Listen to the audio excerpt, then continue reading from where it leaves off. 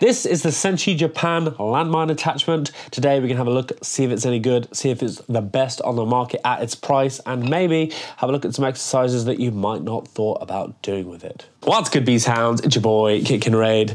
This little landmine attachment, will we call it an attachment if it's the base unit? It just came to me in a little cardboard box. No padding, no nothing. It was absolutely smashed up by the time it got to me, but there is no damage to the landmine except to this little sticker, which I don't really care about. So I guess it was packaged well enough. It has a 60mm gap here, so it'll fit to pretty much any rack. I had a look at the Amazon reviews and it said that on a 60mm rack, it was a pretty tight fit, like it required some hammer persuasion. I just measured this and it came out as 57mm, so I guess that's why. So this clamp collar is only going to be really useful if you have a smaller rack. It's a bummer that this is just a raw bolt, because whatever you clamp it to will take damage. If it's fitting in between these two plates, then you've got this wide surface area and this wide surface area to keep it nice and stable. But if you've just got the edge of this bolt, not so stable. But that might not be a problem because of the weight of the rack sitting on it. We will find out. I have to say, this wasn't my first choice. My first choice was the MyraFit one, but it's been out of stock for generations.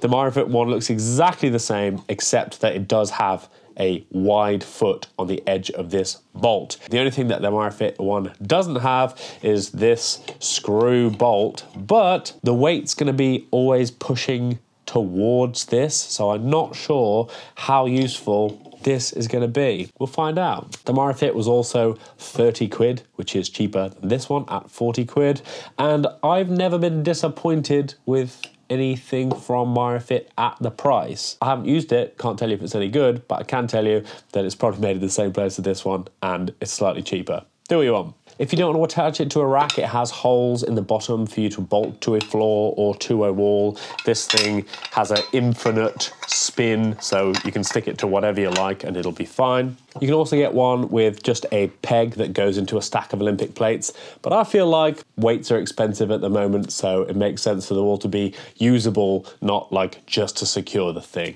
The standout feature on this for me is that it accepts both standard 1-inch and Olympic bars. I think that's great because you're basically future-proofing. You know, as I said, stuff is expensive, so every home gym is pretty much always a work in progress. I don't know anyone who's like, yes, I've finished. I've got all the gym that I need.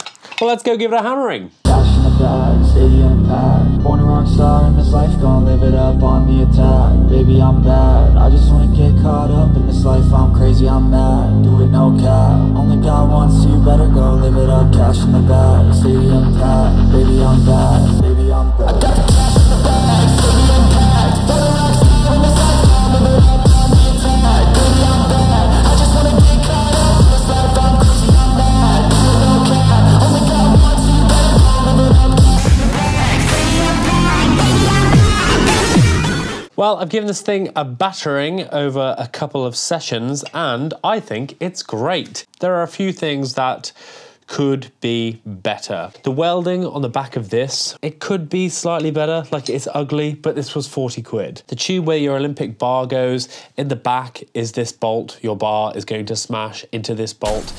Ideally, they could have put some sort of plastic insert in there, but again, 40 quid. The clamp that bolts that bar in place is just a raw bolt, and if you have a nice barbell, it might damage that nice barbell. It is a bummer that this doesn't have a foot. It was perfectly stable, that wasn't the problem at all, but it did leave marks on my rack. Because it's such a small footprint, as you're screwing it in, I guess it depends on the quality of your rack, but I felt like I was gonna disform the actual box section by screwing this in too hard. I set this up sideways to the direction I was using it, and I set this up on the other side of the strut, and I set it up on the same side that I was using it. When it was on the far side or sideways, I would find that this would lift, and again, I don't think that's a problem, but you got to think about this damaging your rack. If you want it to stay absolutely still and not lift at all, I suggest having it on the same side of your rack that you're going to be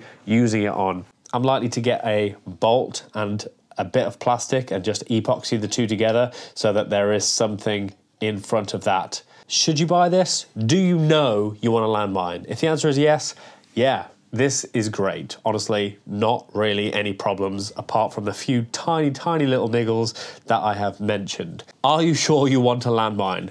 Because there are lots of things you can do with a landmine, but just because you can do them doesn't mean you should do them. You can't get over the fact that that weight is always going to be moving in an arc. So it's not particularly comfortable. You're always pushing up and forward. Now, if you're playing American football or something, or rugby, maybe that's useful to you. But if you're not, you're probably better off learning to press directly overhead. Most people's overhead mobility is crap. If you've decided that you're going to keep your overhead mobility crap, go ahead, man. There are a few cases where this was actually really, really good. And weirdly, it was squatting. The SSB hack squat that I did, that worked great. That felt great in a way that's very difficult to replicate without a machine. The only other way you can do it is stick a barbell on your back, lean against a wall, and then squat whilst rolling that barbell up and down the wall. That might not be ideal for you. You might not have the wall space. You might not want to damage your walls.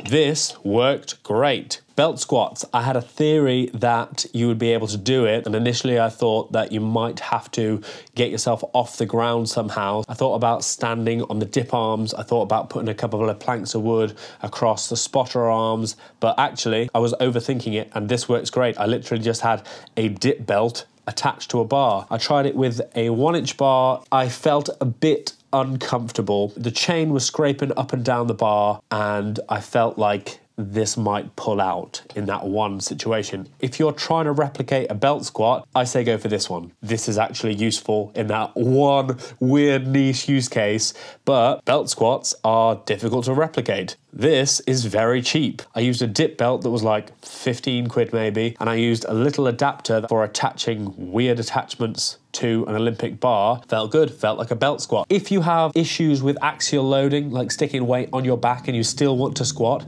belt squats are a great way to go, and you can do them at home real cheap with a landmine, a dip belt, and a weird little adapter that you can probably do without if you don't want to buy. I'll stick links to all that stuff downstairs. It was also really good for rotational stuff, so anything core, Russian twists was really good. The standing anti-rotation rotations, and I do think it's superior to a barbell for rows, but I don't think it's superior to dumbbells to rows. But you might not have dumbbells if you're working out from home, which I guess is why you want to buy this. Dumbbells take up a lot of space and are a bit of a pain in the arse. This takes up almost no space and doesn't require you to have any barbells. Barbells, dumbbells. But if you are convinced that you want a landmine, this is a great landmine for not a great deal of money. If you're out there, Senshi, and you want to start including a bolt with a wider bit of metal on this end, you will have the best cheap landmine. That is literally all I'm going to say about it. It's very good. And if you want one, get one. Just make sure that you do actually want one. Well, if you found this useful, then you obviously, like me, are a discerning bargain hunter, and perhaps you will enjoy this video where I find the best assault bike that money can buy, and it was only £50. If that don't tickle your pickle, make sure you subscribe. We've got plenty of good stuff coming up. I'd like to see you there. And in the meantime, get them gains. Be well.